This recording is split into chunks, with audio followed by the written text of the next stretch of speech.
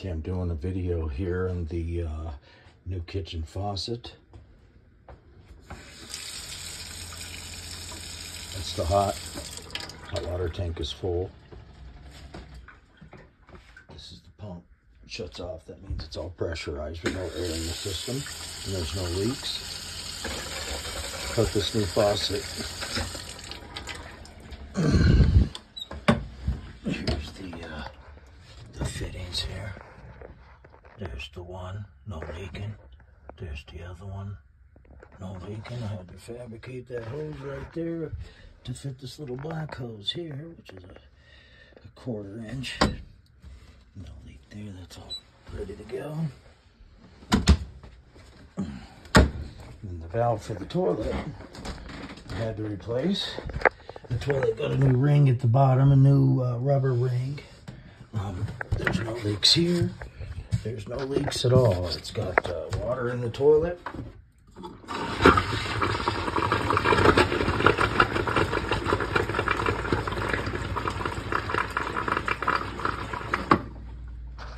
That's the new toilet valve.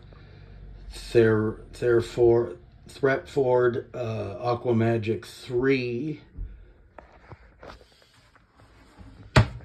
No leaks on the new toilet valve. Shouldn't be, cost me 50 bucks. Anyway, the hot water valve of the shower was leaking. Right there was leaking. It was just pouring down there, water.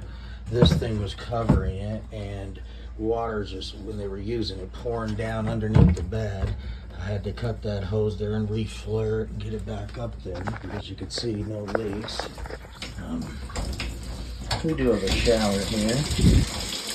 Yep. And there we go. There's our shower. As you can see.